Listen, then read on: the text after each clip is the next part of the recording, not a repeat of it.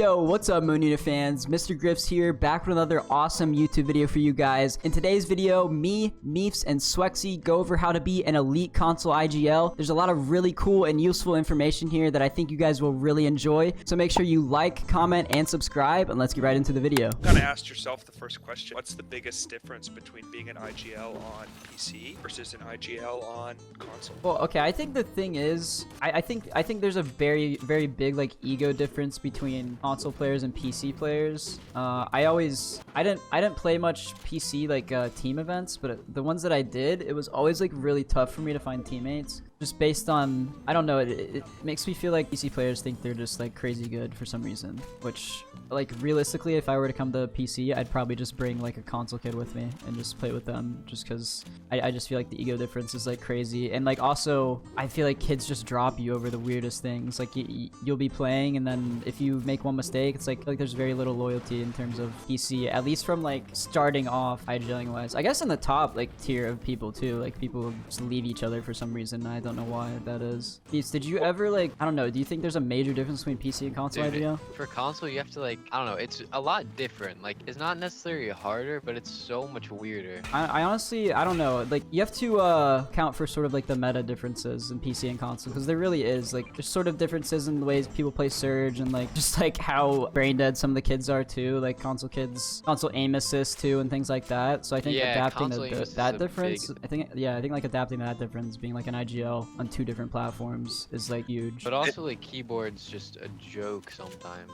Yeah, it is. I mean, on console, the thing is like 99% of the players you're gonna run against are controller players. So yeah, and the keyboard ones, it's like not fair against order. Yeah, exactly. They're literally just on a keyboard, mad input delay and everything. For getting Surge, like what's the biggest key consideration? Is it harder to hit long range shots on controller? Oh, that also.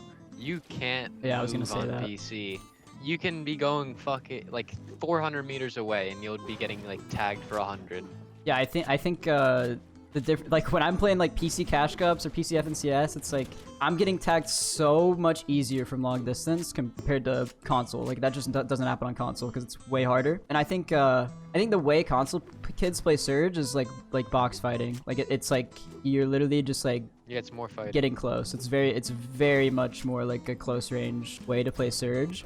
And so if you are an IGL, like if you're a top tier IGL on console, you know sort of the major Surge spots of each zone depending on where first zone pops, and usually like you could get that spot pretty fast, because not like most of the console players aren't gonna realize like that sort of game mechanic in terms of like sitting in a certain spot that has like heavy player rotation, compared to PC, where I feel like that's definitely a lot more of like a thing that people have knowledge of. Got it. And is there any little hacks that like people can take away? So for instance, if it's harder to get tagged from far away, can you conserve mats maybe a little bit more effectively compared to playing in a PC Cash Cup or FNCS or so on? Right, yeah, I feel like I definitely like in tournaments for like a PC event, I definitely waste more wood like rotating from like first through like maybe even fourth zone, where on console I sort of feel way more comfortable running out in the open most of the time. Got it. And then I want to go back to the first thing you said, the ego thing. So I have noticed that watching some IGL stream tournaments, where sometimes their teammates just not listening to them or respecting their calls, or XYZ, right? So like the first, I guess, core skill to being a game leader is people have to listen to you and respect your calls and XYZ. Are there any kind of tips and thoughts or frameworks or whatever you guys have to tell people, okay, how do we actually get the respect of our teammate here so they listen to the calls? I don't know. You can like, I think at a certain point, if they just keep like dying or like doing dumb things, they'll eventually understand that like what you're kind of saying is correct to some extent. Yeah, I think on console, there's like, if you're like older than like 17 on console, it's very easy to gain respect in terms of like being an IGL. I feel like age plays a huge factor in that, even if maybe you're not even that good. Oh, that kid just got full pieced. Got it. But maybe Meefks, you're the best. Your advice is the best. Like eventually, if you're right and you're making the right calls, the results in game positive or negative, Yeah. we'll prove that out. So it's just about patience. Patience and knowing that, having kind of the confidence in yourself, you're making the right calls, you're doing the right things, and that your teammate will figure it out. Or if they're not objectively looking at results, maybe they're not going to be a great teammate to last long tournament anyways. Right, yeah. I think the thing is with console, there's very few events to like sort of test like even how good you are. I feel like having that trust in your teammate like is very important. Just the fact that there's so few console events, it's like it's hard to sort of gauge how good you guys are gonna be. So I think like trust and loyalty is a huge thing on console, specifically for like being successful. And then maybe, so the next difference, there's kind of like a big, and what I've noticed, kind of being in the Fortnite community now for as long as I have, is there's a big like macro game to Fortnite and winning major tournaments that maybe doesn't exist as much in other games. Like the main one I can think of is alphaing your drop spot. Right. The lengths that people will go to, over the course of a season, right? Like I think people accused Stretch at one point of like basically being like, you can't play scrims, like an elite scrims, if you can test me. Yeah, on PC, I think Right. that's the case. So like, do you guys have is there anything on that kind of big macro game, alphaing drop spots, and so on and so forth, that people should know that's different? I feel like as console has sort of died off competitively not to because contest, I of think. yeah, well, like certainly during console FNCS there was a lot more politics in terms of like where people drop, like alphaing drop spots. But now that there's only like console champ cup and there's one event like basically every season, it's definitely sort of like it's sort of like a luck of the draw sort of thing. If you make finals, you may like you really don't know if you're gonna be contested or not. Yeah. And also it's like as of sort of I guess the past few seasons, the elite server has sort of died off. So like it's sort of you have basically like 2 days of elite scrims to like alpha your drop spot basically, which realistically 2 days is not nearly enough time to alpha a spot like that. So it's sort of for console, I feel like it's more of you very much have to make it known very early on, especially on social media, specifically Twitter, that you're landing this spot. You have to make it constantly known throughout the community that you're landing there, or else it's sort of just gonna be like a random sort of luck of the draw, and people really aren't even gonna know where people are landing. Like I definitely feel like this season I knew very few people were landing. I just didn't really know where some T1s were landing. I think a lot of them, because a lot of them didn't qual, so. Yeah, true. Yeah, I mean, This is a lot. yeah, with I don't know. console tournaments, especially like not having weeks of qualifiers leading up to like sort of an FNCS that PC And the has. 2 hour. Yeah, it's very random. So it's like sometimes you'll have a T1 going a spot where you're like, yeah, this team most likely is going to qual, but sometimes they don't, just based on sort of the formatting of console tournaments. So Yeah. it's weird. The sort of drop spot politics sort of, I don't want to say it's not a thing on console, but it's definitely become way less of a thing. And it's certainly way less of a thing compared to PC. Yeah. So Yeah. it's a little bit more pure luck when you go into a tournament. Oh, team yeah, that absolutely. Just make wall and Yeah, also for console at least, like if you qual early, like you're kind of guaranteed uncon if you can just get in their game, because then you can Exactly. just grief them and just not let them have a good game if they're not qualled or something like that. Yeah, that's definitely a tip. If you know the amount of points that you're qualifying for in semis, like get that amount of points, and then the rest of your games just literally just absolutely grief whoever's landing your spot, and then like there's kids landing on us. What? do you guys still practice sometimes other spots just in case? Oh, someone didn't qual here. This is a really good spot. I'm gonna claim it, or is that too random too? And there's maybe too many other people will have that idea, and you don't accidentally get contested there. Is there any element of that, or you guys are just like, we take a spot, make it work, and then just hope we get contested? Yeah, for me, I think Meefks, you didn't have a backup spot this season, did you? Like at all? I mean, I don't have a backup spot, but I don't like at one like. We were supposed to be con in finals, but like I don't know, it was just like some Right. like a random that we already fought in scrims like multiple times, and we knew that just wasn't the greatest, so like we didn't really like care. Obviously, it's better to be uncontested, but like I don't know, we were fine with being contested because they were just gonna land one side and we were gonna land the other. We were not like bad at playing shambles. Yeah, I guess I'm sort of on the opposite end of things. Like I definitely had. Yeah, because you landed a 50. Yeah, I lay in a 50-50 spot, so like I think that sort of dictates whether or not you have a backup spot, which I definitely had a backup spot for like going into even semis, and definitely finals I had somewhere else I was gonna land. But yeah, I think that's sort of what dictates whether or not you have a secondary spot to go to. I think if you're landing sort of like a more 50-50 spot compared to like a bigger POI, I think it's definitely worth it to have a backup spot, especially because like we talked about, you really don't, it's like 50-50 if you're going to be conned in finals at this point on console, because you really don't know who's going to qual or not. Got it. Maybe we can pivot a little bit. So what do you guys think are there any new good drop spots this season? Covert can have like 14. Yeah, I think Covert. That's just gonna be. Covert was certainly the best POI last season, and it got even more buff this season. It's like it's up there with Stark now, where it's just that overpowered. I honestly think the new Synapse station is probably gonna be pretty good, just because it has rifts. I don't know how many teams are gonna be there. I'm interested to see once tournaments come out how many people land the new Synapse station.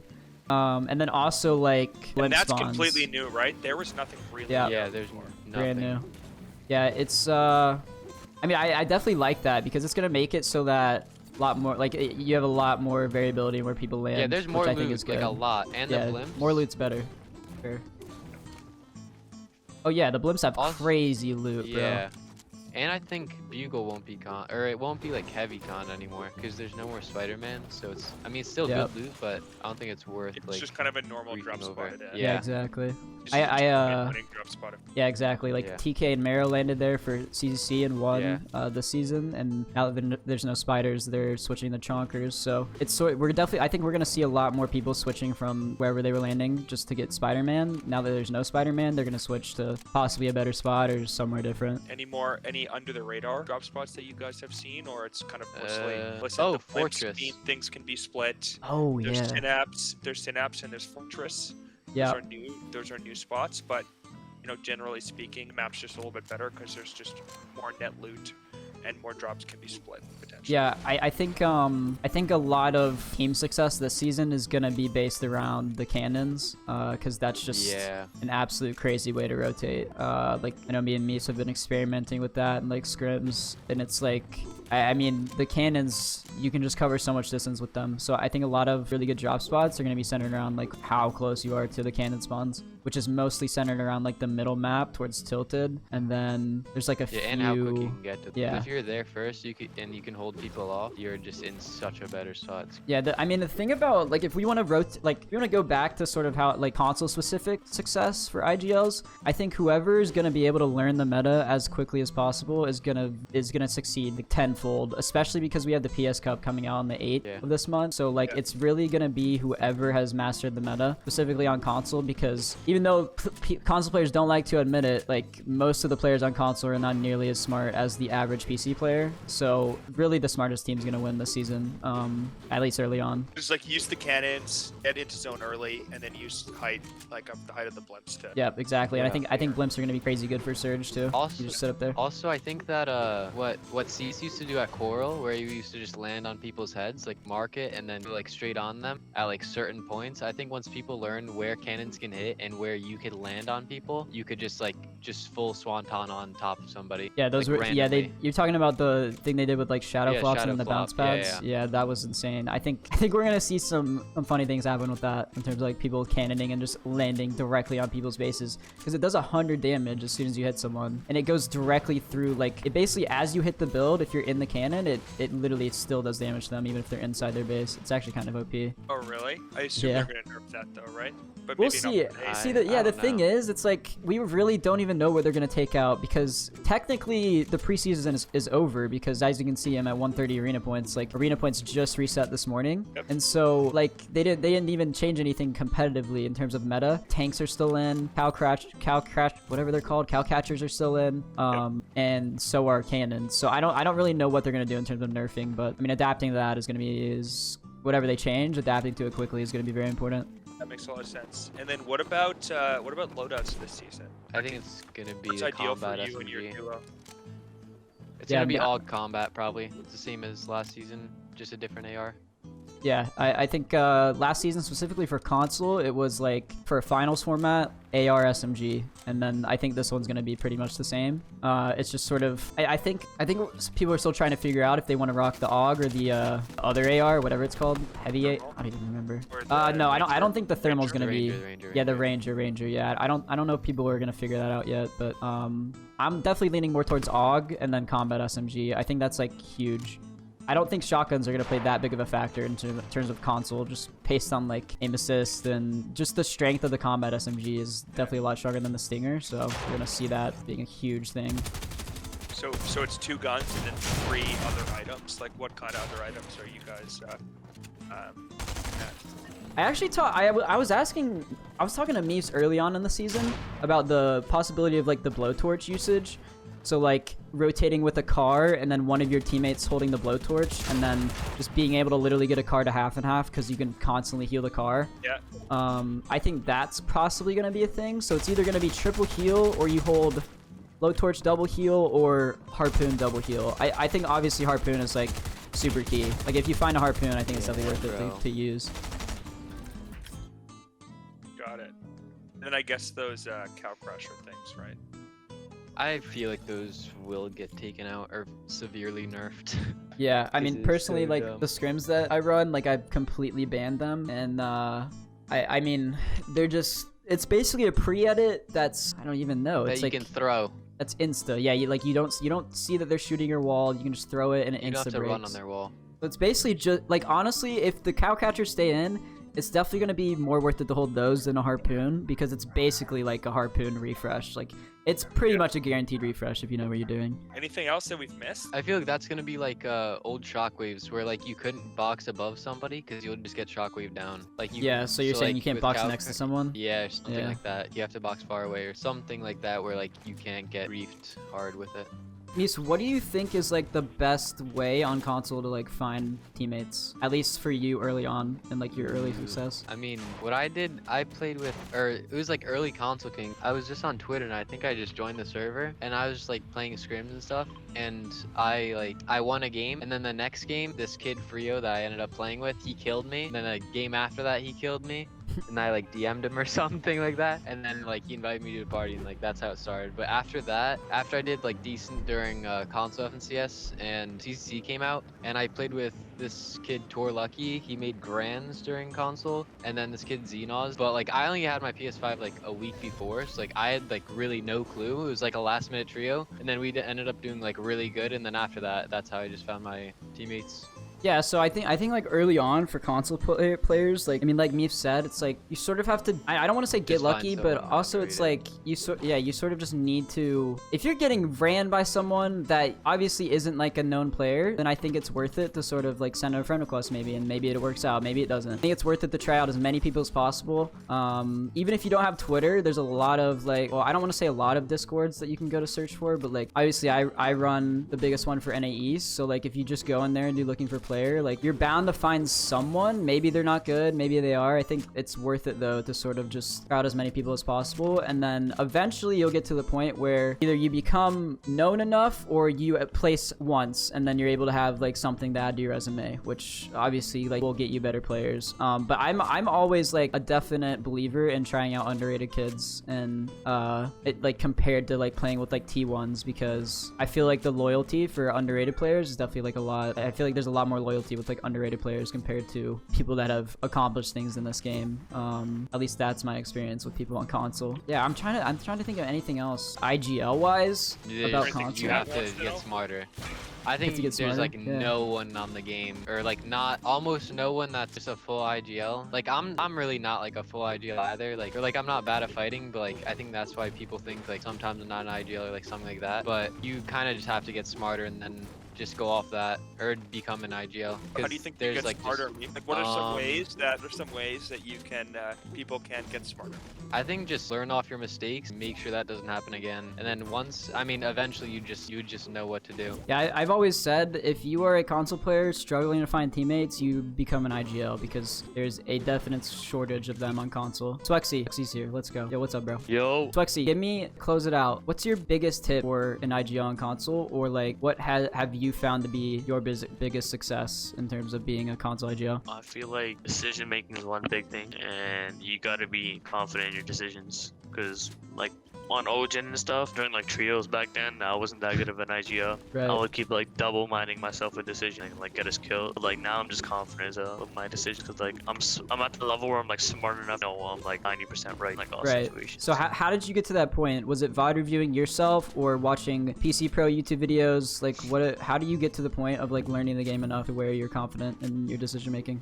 First, well, play scrims obviously, but then normally what people do, they just play scrims for fun. Yeah, if they die, they die, you know. But what I used to do is I would play a scrim and see why I died, you know. Like Right. back in solos, like I grinded like CK for like 2 weeks straight, and then I made grands like the week right after, and I was like 1k earned back then. So what I used to do is like I'd find out why I died. Like if I had no mats, then I know I need to like get a refresh, or like you just find out what you could have done better that game and like remind yourself to never do that again. And then I would just I would look at what other people do, but I wouldn't VOD review the top people, like, you know, TK and and like all the kids that are on top on console back then. You kind of want to VOD review kids that aren't as known, that like kind of hit like a bailout finals. That's interesting. I have actually learned that recently, and I completely agree. Because I know that they do something different than I do, and I can learn them, like put them in my own gameplay. That's Yeah, I basically agree. it. I guess VOD review in general, yeah. Yeah, I think like starting off, it's like you don't want to VOD review the top people because they're just so above anything like a starter person would like be at skill wise. I think definitely what you said, like looking at like underrated kids or like new up and comers is definitely a lot more valuable than watching the top players. And it's definitely a really good point.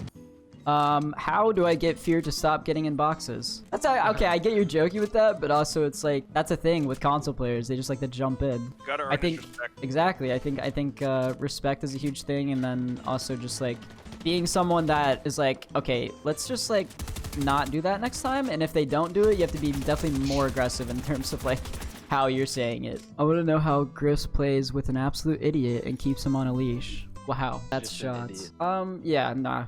I don't know. Being able to be very assertive with what you're saying, definitely in terms of like mistakes that you're making and then calls that you're making too. Like you need to repeat stuff multiple times, and then I think if you're playing with someone that isn't necessarily the smartest player, which isn't a bad thing. That's honestly like a plus sometimes.